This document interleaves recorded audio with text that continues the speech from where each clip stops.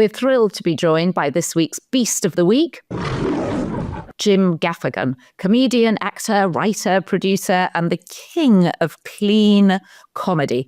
His material ranges from fatherhood and the Smurfs to religion and Pat Sajak. He's a 2 times New York Times bestselling author, 3 times Emmy winner, and 7 times Grammy nominee for his numerous comedy specials. And right now, he's got a new special called The Skinny. It's on Hulu. It's his 11th special. Oh my God, you look, okay, first of all, Jim, I'm so happy to see you. And Joanna, you look very polished. I'm in the dark. I'm in the dark. That's why it looks glowing. It's 5 a.m. in LA. Yeah, I think it's actually 3 a.m. in LA. I have so many questions for you two. So, like, when Trump puts you in jail, do you get to pick the jail you go to? Well, we were going to ask you the same thing. We're all going to jail. My publicist is like, don't talk about politics. I'm like, enjoy these last few months. I think I'm going to be fine, but like, it's going to be interesting, right? Well, I mean, Jim, you started off the Al Smith dinner by saying, good evening, rich people. Trump is going to love that because he wants to be thought of as rich, right? And he wants to hang out with other rich people. Tell us about the experience of seeing that extraordinary evening. There's no better comedy audience than billionaires and politicians, right?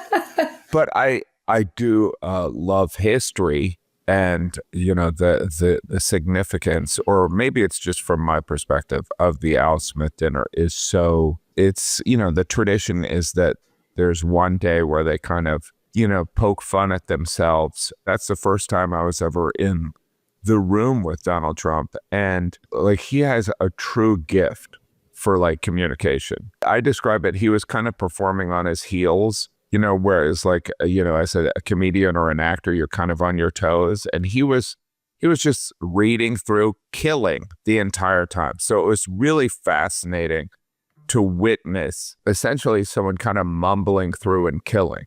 You know, it was like, right. I don't know. I don't want to compare him to Richard Pryor, but I feel like Richard Pryor could do anything on and just succeed. But like, I was very impressed by the success. What if I turned out to be a Trump supporter? Like, you figure that out. That would be amazing. And that's why I love it. And that's why I'm wearing, let me take my jacket off and reveal all of my merch. Put on my cap. Put on your cap. I agree with you because he's so relaxed, because he doesn't give a shit what he says. Yeah. It doesn't matter what comes out. So he's the most breezy performer in the world. Did you meet him? Did he come up to you and I met him briefly. God, it was just so, I mean, look, all politicians are weird, but you know, Chuck Schumer and Kathy Hochul they're kind of what you'd imagine, but like, having been in the room with, like, Clinton has that magnetism where it's like, it might as well be Bono coming in the room, right? Right. But Trump, there was something, like, there was a certain amount of, I felt like even these billionaires were deferential. I thought the most interesting thing of the night was Letitia James, because she showed up. You know, like, so Trump is, you know, has to encounter kind of enemies all the time. But like Letitia James, what a star, right? Like, she walks into like, really, you know, like, there's people she's investigating.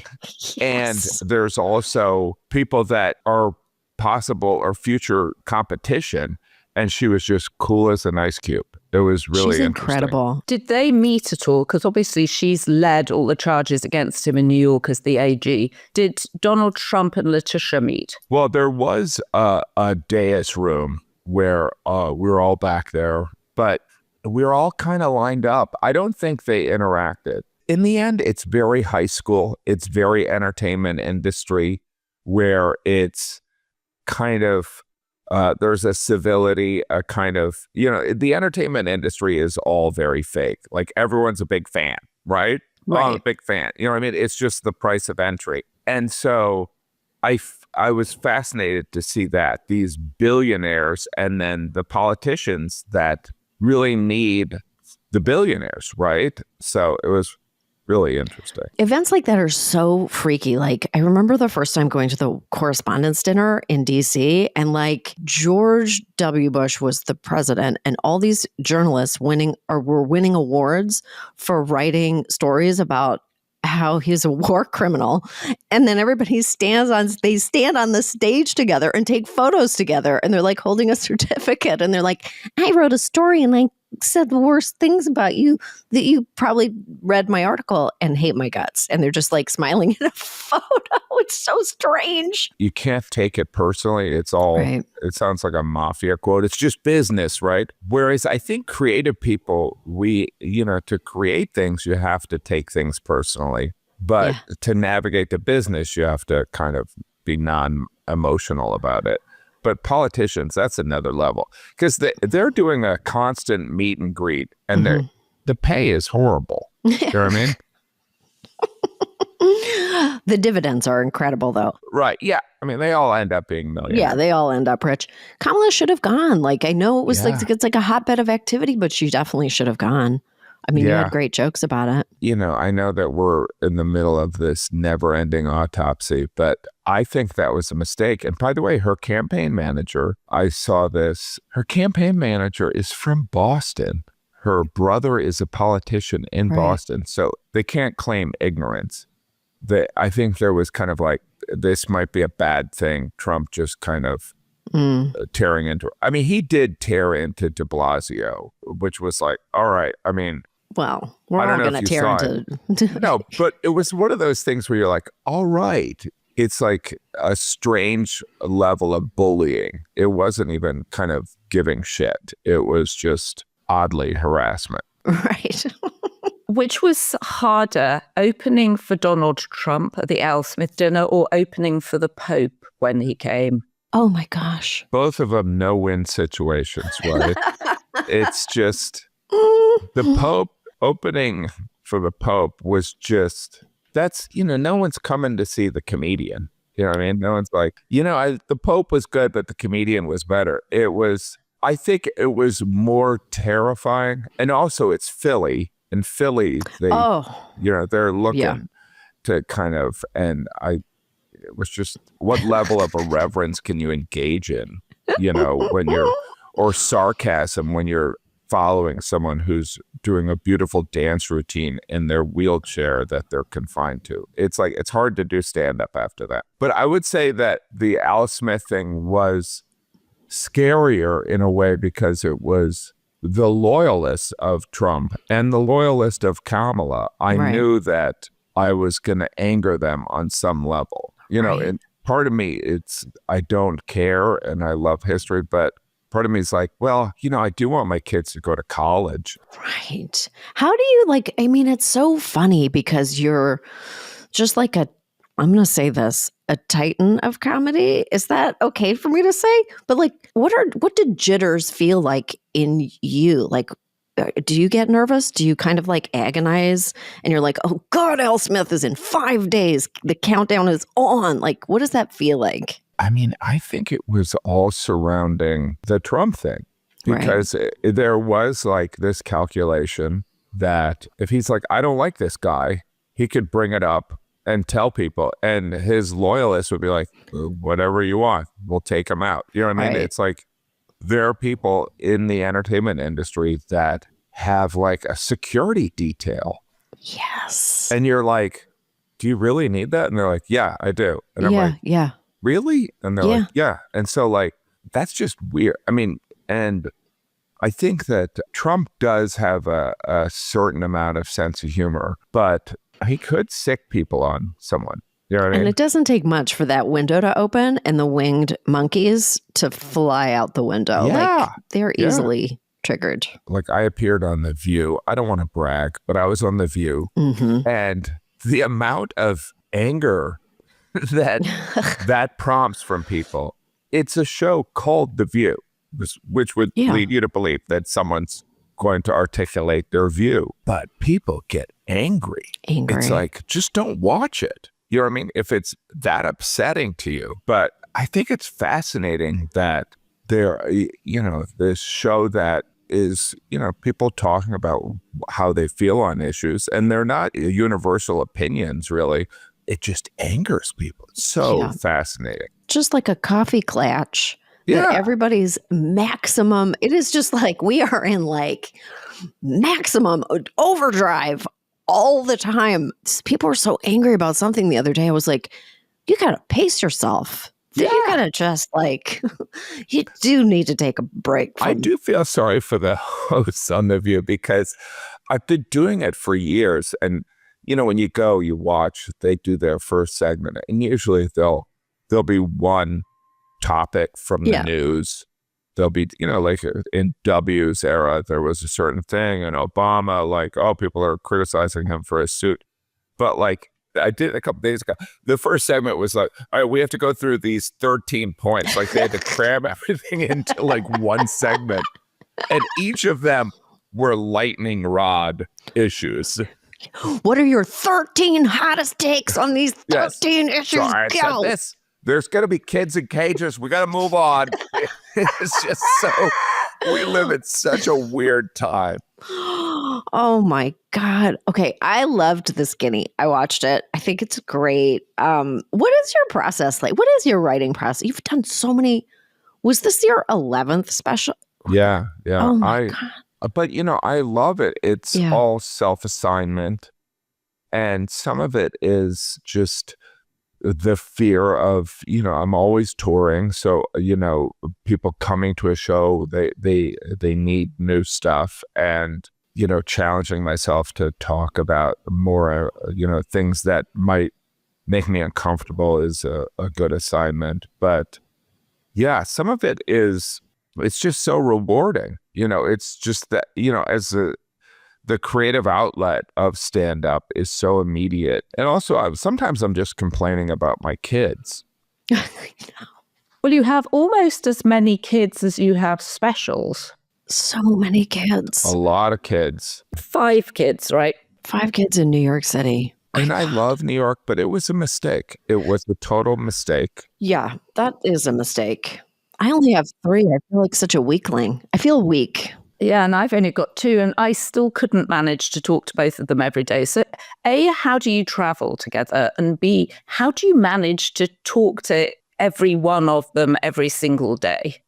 Is it like a wedding where you're like, you have to go around from table to table? Yeah, it's like a meet and greet. I mean, obviously, my wife is, the hero of the whole thing. She's incredible. It's a lot. And by the way, I sincerely believe, this is a recent observation. I'm convinced, we've all read The Anxious Generation. I'm convinced that, like there's the greatest generation. I'm convinced that our generation as parents is the worst generation. We are the worst at it. And some of it is, and by the way, our parents weren't that great at it, but they did better by not even trying.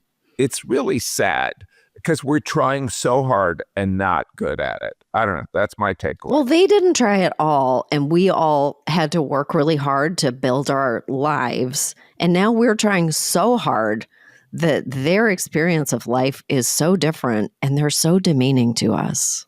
Yeah, and it's cruel. Like in 50 years, they're going to be like, your parents let you have a phone?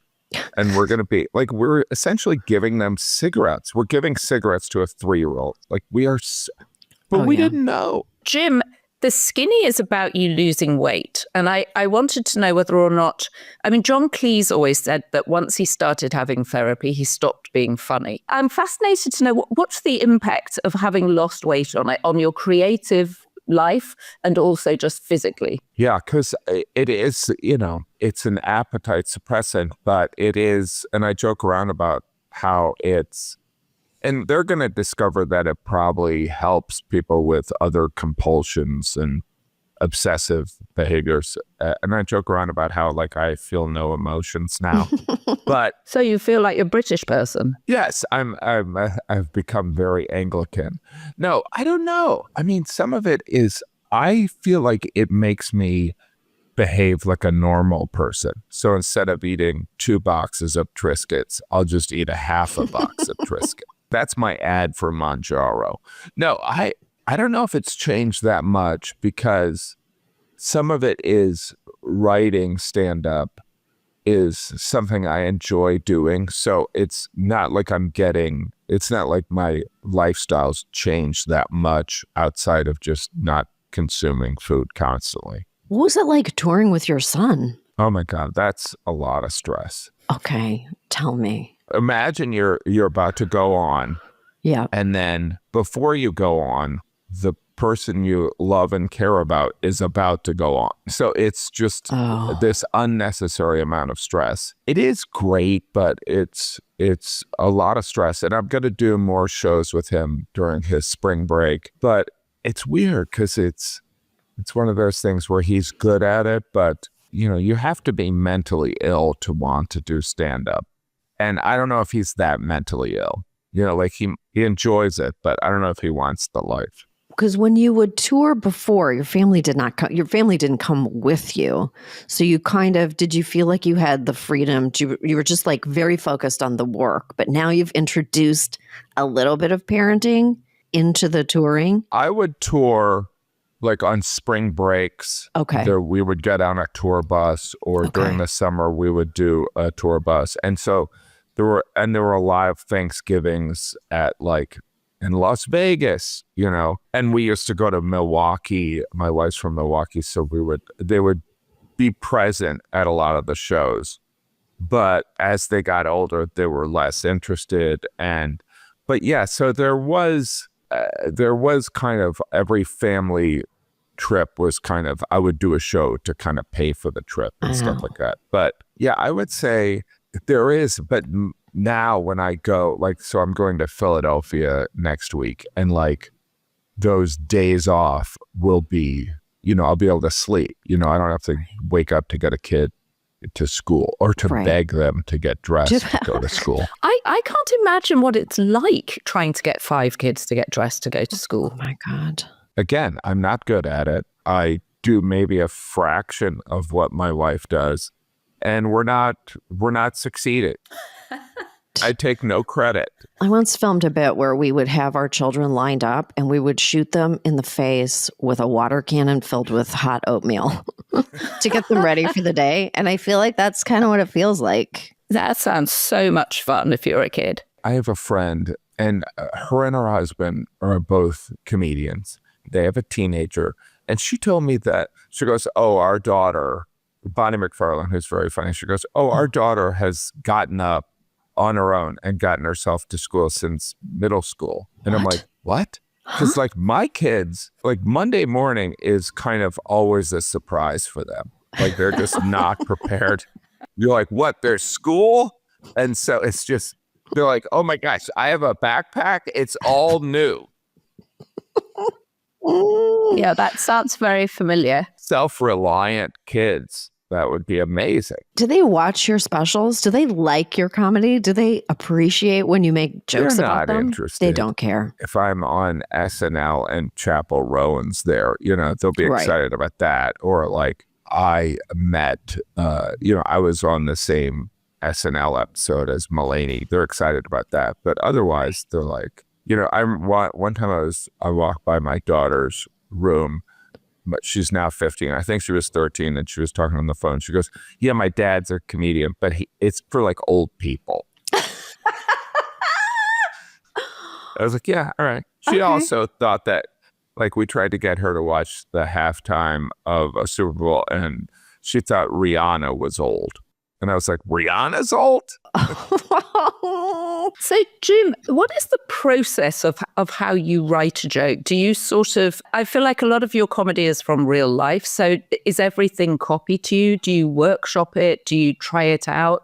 What's the process? Yeah, I mean, it depends on different topics, but if it's family or my kids, it's usually, kind of complaint based. And then there's some things where it'll kind of bump me as odd, and I'll kind of investigate whether that be like the, some social media or internet stuff.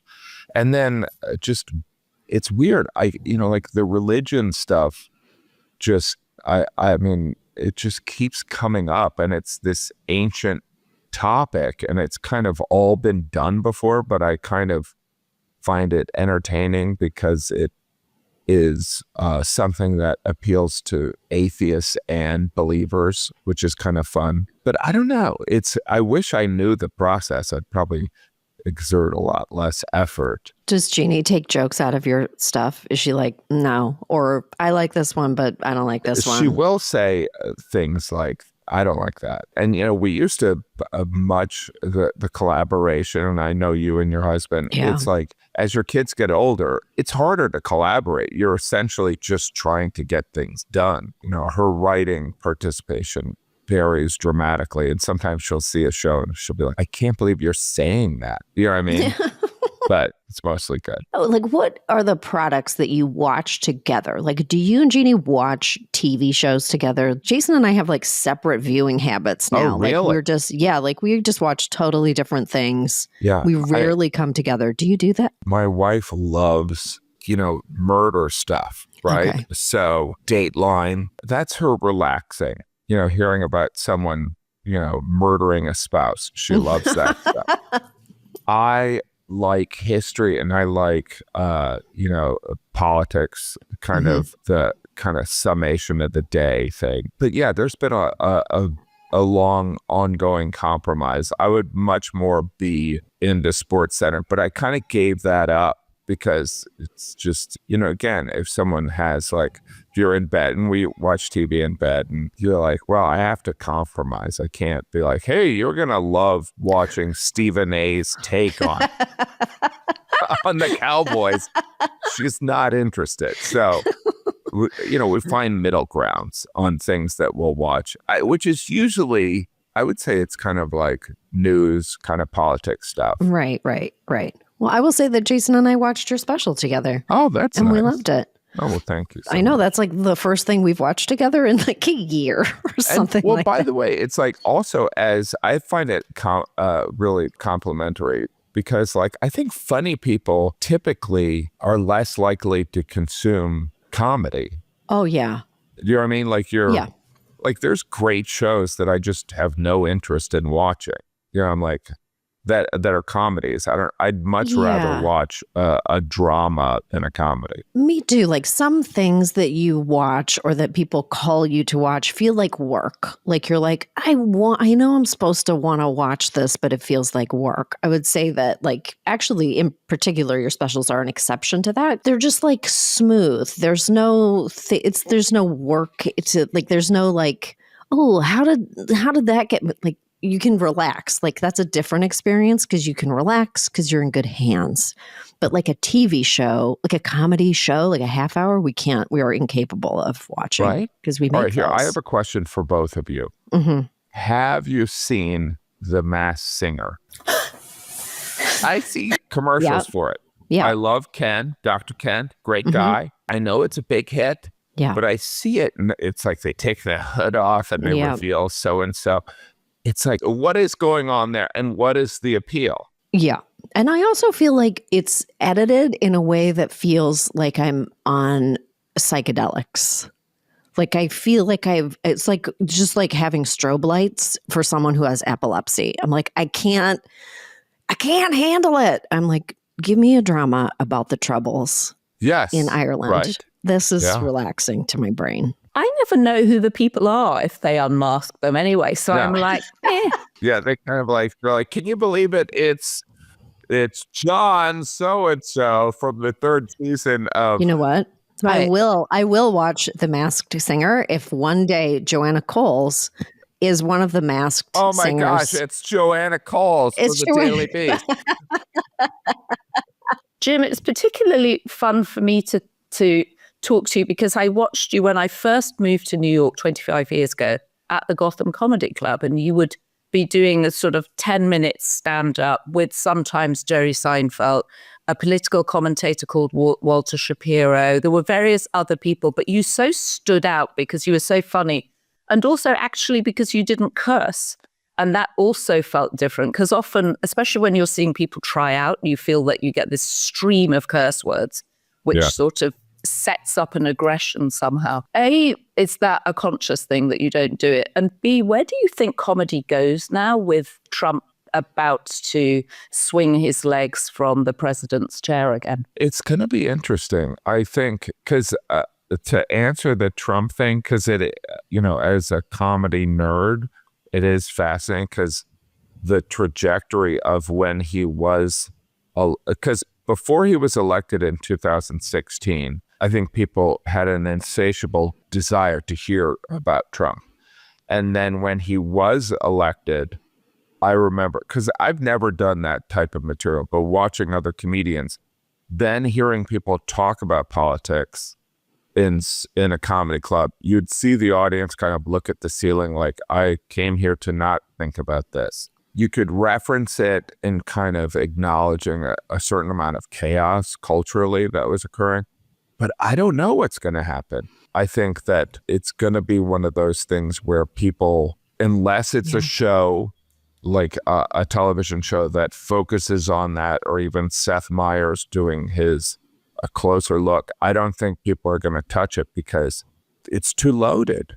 Right. I don't know. Maybe I sound like a coward, but no. I think you're right. I think it's too complex. The cultural divide is getting deeper. I mean, he won. You know what I mean? So it's like, all right, so half the people are like, they were fine, or they have no memory, so you have to face the reality that half of us are kind of like, yeah, let's go back to that. So I think it's Masked Singer and Dancing with the Stars. Dancing with the Stars. I don't like to sing or dance.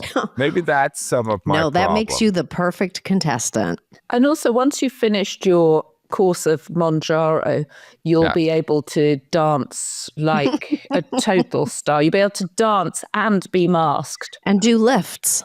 All of it. See, like, even when I'll see a clip for Dancing with the Stars, there's part of me, like when I was a little kid, there would be commercials for the Lawrence Welk show. Yes. And I remember as a little kid going, what is that? And there was people dancing. I'm like, what is going on? What the hell is going on? Why is anyone when I see Dancing with the Stars, again, I have this long history of criticizing things, and then I get into it like hiking and all this stuff. But like Dancing with the Stars or The Masked Singer, I'm kind of like, what is going on? Like, what is the attraction? Like, I gotta find out who's in that Elmo costume. This is just chaos. Oh my God. Thank you so much for talking to us. Sure. Always such a pleasure to talk to you. Yeah, it's so nice to meet you, Jim. And thank you for years of laughter. Oh, thanks so much, you guys. Appreciate it. That was so fun. Thank you so much. We did it, you guys. We did it. Stan, that was so much fun for me. I really have watched him since I first moved here 25 years ago. He's so funny. He's so funny. He's lovely. He's really great. I really like talking to him, and I really do. His wife is awesome. She's a force of nature. Well, she must be a force of nature to have 5 kids. She definitely. I wasn't being false when I said that Jason and I just so comfortably watched and loved his special. Like, we very rarely see comedy, and I don't know, he's just universally beloved and a great person. Like, I don't know, when you have like 5 kids in New York City, I think it just breaks you. It breaks you. And you can't bring ego to anything. Like, it actually makes sure it just dissolves that part of it. So he's just so easy and fun to talk to and so smart. I don't know. I just really admire him. There's something nice about the way that he just reflects on regular life. I mean, in many ways, he reminds me of Richard Curtis, who just specifically chose to make movies about the things that power most of us, which is relationships, love, family, the daily things. And that's what I think Jim Gaffigan does so well. Yeah, I agree. What a delight. A podcast is just like a cornucopia, just like a tray of delights, holiday delights, festive sweet meats, and such. I've never understood what a sweet meat is. Oh, it sounds awful. Is the sweet meat like brains? Or is that sweet breads, isn't it? That's sweet breads. I feel like a sweet bread is like the pituitary gland of an animal or something. It's like horrible. Yeah, I don't know why it's called sweet breads. That makes no sense. Sweet breads testicles and such. But sweetmeats, I just think of it as like Turkish delight, like just a tray of little cubes of things with sugar on them. Oh, that sounds good. Things that I don't think that I would want that. I'm up for Turkish delight. I'm going to make holiday baking and I'm going to make you eat it. Well, we could do a cookie swap, but I'm going to buy my cookies. I'm going to buy them. Joanna. I'm going to buy them from Myers of Keswick, the British shop that imports British biscuits, which are delicious. And by biscuits, I mean cookies. I know that everybody, it's funny to me because out like in the world at large, and you are a glamorous person and people think of you as a glamorous person. And I just suggested that we do a cookie swap. And that is, I don't know if that's offensive or what, but I just want it. I just want it. All right, I will rise to the challenge. Okay. Gauntlet accepted. Great.